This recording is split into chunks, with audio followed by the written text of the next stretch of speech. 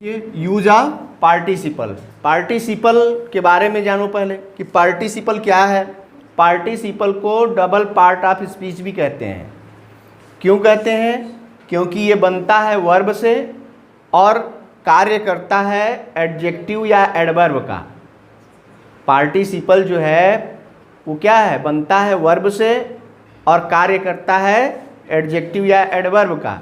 इसका मतलब वर्ब तो है ही, दूसरे पार्ट ऑफ स्पीच का काम करना शुरू कर दिया, इसीलिए उसको क्या कहते हैं? Double part of speech. ठीक ना? तो अब देखो पार्टिसिपल होते क्या हैं, कितने प्रकार के होते हैं। तो पार्टिसिपल, वैसे ही पार्टिसिपल जानो कि पार्टिसिपल की उत्पत्ति हुई है पार्टिसिपेयर से, और पार्टिसिपेयर और पार्टिसिपेट का मतलब होता है हिस्सा लेना। तो ये कहाँ हिस्सा लेता है? तो हिस्सा लेता है, बनता है वर्ब से और कार्य करता है एडवर्ब का, इसीलिए इसको क्या कहते हैं? डबल पार्ट्स ऑफ स्पीच भी कहते हैं, और इसीलिए इसका नाम पार्टिसिपल है। और पार्टिसिपल तीन होते हैं। एक होता है प्रेजेंट पार्टिसिपल, प्रेजेंट, सेकेंड होता है पास्ट, और थर्ड होता है परफेक्ट। ये देखो, प्रेजेंट पार्टिसिपल, पास्ट पार्टिसिपल और परफेक्ट पार्टिसिपल। अब देखो ये बनते कैसे हैं। तो प्रेजेंट पार्टिसिपल की जो क्रिया है वो वर्ब के फर्स्ट फॉर्म में आईएनजी लगाने से बनता है। वर्ब के फर्स्ट फॉर्म में आईएनजी लगा दो तो क्या बनता है? Present participle. और यदि हिंदी में जानना हो तो इससे ध्वनि निकलती है ता हुआ, ती हुई, ते हुए, या कर। कर या करके भी आ जाता है, यानी जैसे भोजन करके मैं बाजार चला गया। तो ये जो है प्रेजेंट पार्टिसिपल जो है उसमें ध्वनि देता है, ता हुआ, ती हुई या कर और करके की ध्वनि देता है। और प्रेजेंट पार्टिसिपल बनता कैसे है? तो वर्ब के फर्स्ट फॉर्म में आईएनजी लगाने से बनता है। ठीक है। दूसरा पास्ट पार्टिसिपल क्या है? तो पास्ट पार्टिसिपल वर्ब के थर्ड फॉर्म को कहते हैं। वर्ब के थर्ड फॉर्म की क्रिया को क्या कहते हैं? Past participle. और हिंदी में इससे या हुआ, ई हुई, ये हुए, ठीक है, इत्यादि की ध्वनि निकलती है। ये वर्ब का थर्ड फॉर्म से बनता है। ठीक ना? अब परफेक्ट पार्टिसिपल जो है वो कैसे बनता है? तो हैविंग के साथ वर्ब का थर्ड फॉर्म लगा देने से ये परफेक्ट पार्टिसिपल बनता है। ठीक है। इसमें क्या होता है? इसमें करके या करने के बाद,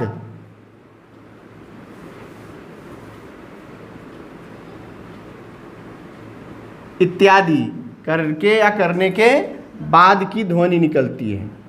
बात समझ में आ रही है ना? ये हो गया इनका पहचान। अभी ये पहचान हुई कि प्रेजेंट पार्टिसिपल वर्ब के फर्स्ट फॉर्म में आईएनजी लगाने से बनता है, पास्ट पार्टिसिपल वर्ब के थर्ड फॉर्म को कहते हैं, और परफेक्ट पार्टिसिपल वर्ब के थर्ड फॉर्म के पहले हैविंग लगाने से बनता है। बात समझ में आ गई? अब देखो इनका प्रयोग कब करेंगे। अब आ जाओ फिर से अपने सेंटेंस पर कि जो भी सेंटेंस हमारे सामने होगा उस सेंटेंस को जोड़ना होगा।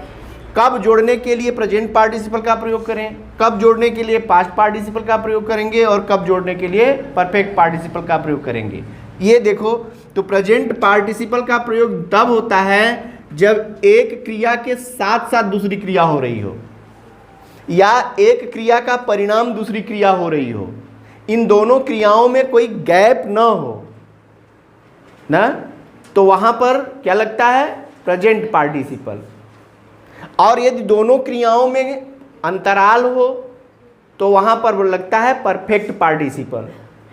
दो को क्लियर कर दिया, प्रेजेंट और परफेक्ट। पास्ट को छोड़ के रखा हूं भाई। प्रेजेंट और परफेक्ट में थोड़ा सा अंतर है। प्रेजेंट पार्टिसिपल का प्रयोग तब होता है जब क्रियाएं साथ साथ हो रही हो, या एक क्रिया के तुरंत बाद दूसरी क्रिया हो रही हो, या एक क्रिया का परिणाम दूसरी क्रिया हो। और परफेक्ट पार्टिसिपल का प्रयोग तब होता है जब एक क्रिया के समाप्त हो जाने के बाद दूसरी क्रिया हो रही हो। ठीक है। जैसे खाना खा करके मैं सो गया, तो ऐसा तो है नहीं खाना खाते खाते सो जाएंगे। लेकिन यदि ऐसा हो जाए कि वह खाना खाते खाते सो गया, देखो दोनों में अंतर।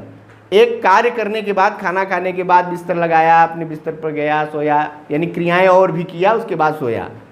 तो वहाँ परफेक्ट पार्टिसिपल होगा। लेकिन जब कंटिन्यू हो गई, जैसे वह खाते खाते सो गया, तो इसका मतलब क्या हो गया कि कंटिन्यू हो रही थी, उसमें गैप नहीं हुआ, तो क्या हो जाएगा वहाँ पर परफेक्ट पार्टिसिपल। अब देखो ये क्रियाएं दो हैं, तो किस क्रिया को प्रेजेंट पार्टिसिपल या परफेक्ट पार्टिसिपल में बदलेंगे? जो क्रिया पहले हो रही हो, ये देखना पड़ेगा। इन दोनों में जो क्रिया पहले हो रही होगी उसी क्रिया को प्रेजेंट पार्टिसिपल या परफेक्ट पार्टिसिपल में बदलना है। बात समझ में आ गई? अब देखो पास्ट पार्टिसिपल को, वर्ब के थर्ड फॉर्म को कहते हैं।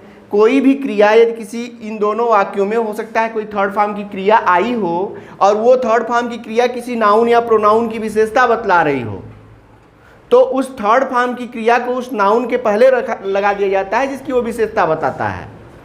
तब वो क्या हो जाता है? एडजेक्टिव का काम करने लगता है। इसीलिए थर्ड फॉर्म की क्रिया को उसके पहले लगा करके हम वाक्य को जोड़ सकते हैं।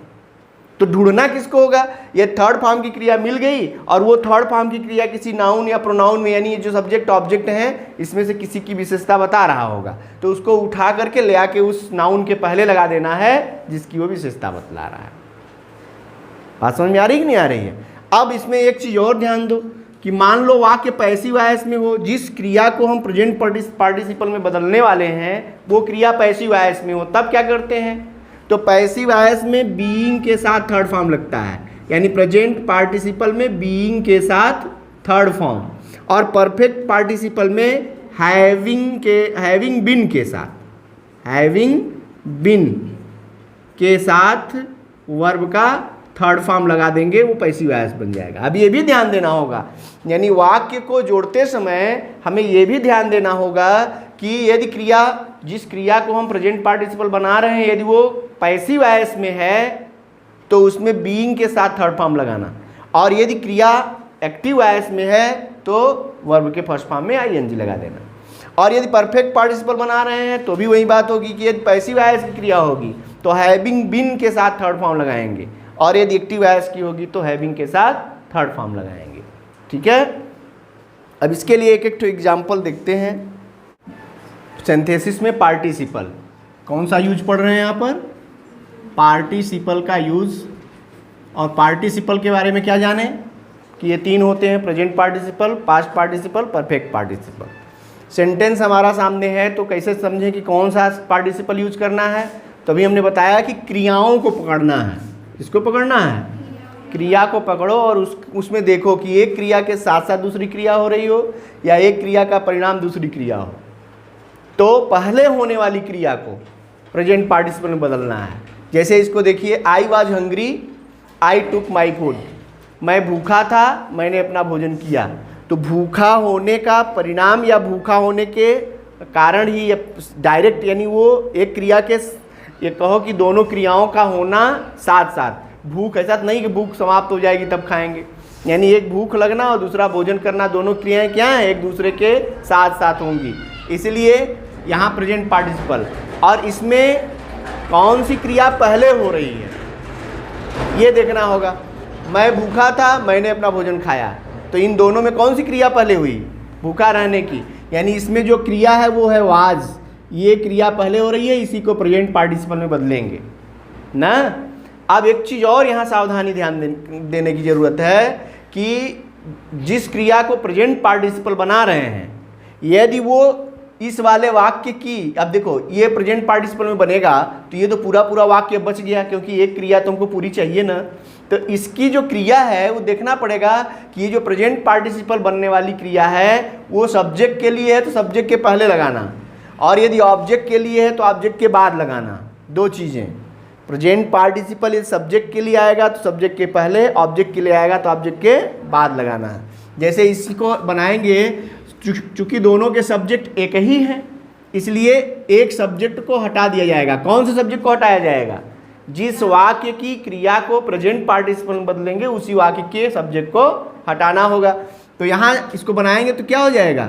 अब वर्ब का फर्स्ट फॉर्म वाज का फर्स्ट फॉर्म हो गया बी में आईएनजी लगा देंगे, हो जाएगा बीइंग हंग्री, यहाँ कॉमा लगेगा, फुल स्टॉप नहीं लगेगा। अब आई टुक माई फूड हो गया। अब दूसरे को देखो, the servant swept the room, he went away. तो इसमें क्या है, कमरा साफ करके ऐसा नहीं कि भाग गया, कमरा साफ करते करते भाग गया, ऐसा तो हो नहीं सकता। एक काम पूरा करके जाएगा, नहीं, दोनों में गैप होगा, अंतराल है। यानी क्रियाओं में यदि अंतराल है तो वहां पर पहले होने वाली जो क्रिया है उसको परफेक्ट पार्टिसिपल में बदलेंगे। अब देखो इसमें ये पहले होने वाली क्रिया है तो इसको परफेक्ट पार्टिसिपल में बदलेंगे, लेकिन अब सर्वेंट कहाँ जाएगा, क्योंकि जिस वाक्य की क्रिया को हम बदल रहे होते हैं उस वाक्य के सब्जेक्ट को हटा देना है, तो ये हटा तो दिया जाएगा, लेकिन सर्वेंट जो है, सर्वेंट के लिए इसमें ही आया है, तो अब ही नहीं लिखेंगे क्योंकि ही प्रोनाउन है। प्रोनाउन को हटा करके इसको इसके स्थान पर रख देंगे।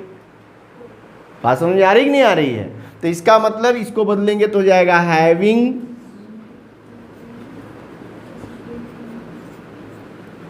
Swept the room he went away. अच्छा, यहां सर्वेंट, ही की जगह क्या हो जाएगा, द सर्वेंट। मुख्य वर्ड हटाए नहीं जाते, इसी के लिए ही आया, इसको हटा दिया और ये इसकी जगह पर आ गया। ठीक है, नाउन की पुनरावृत्ति न करने के लिए उसको हटा करके उसके स्थान पर प्रोनाउन का प्रयोग किया जाता है। अब देखो, I found my pen, it was last. अब इसमें देखो कि इसमें थर्ड फॉर्म की क्रिया आई है जो दूसरे वाले नाउन की विशेषता भी है। मैं अपनी पेन पा गया, इट वॉज लास्ट, ये खो गई थी। ये लास्ट क्या है, lose, lost, last, third form की क्रिया, लूज की थर्ड फॉर्म की क्रिया को लास्ट। तो लास्ट क्या है, थर्ड फॉर्म की क्रिया, परफेक्ट पास्ट पार्टिसिपल। हमने कहा कि ये एडजेक्टिव का कार्य करता है, इसलिए इसको कहाँ लगाना है, उस नाउन के पहले जिसकी ये विशेषता बतला रहा है। तो लास्ट किसकी विशेषता है, पेन, पेन न खोई थी, तो अब लास्ट को ले आकर के पेन के पहले रख दो, हो गया ना। यानी I found my lost pen, I found my lost pen. ठीक है।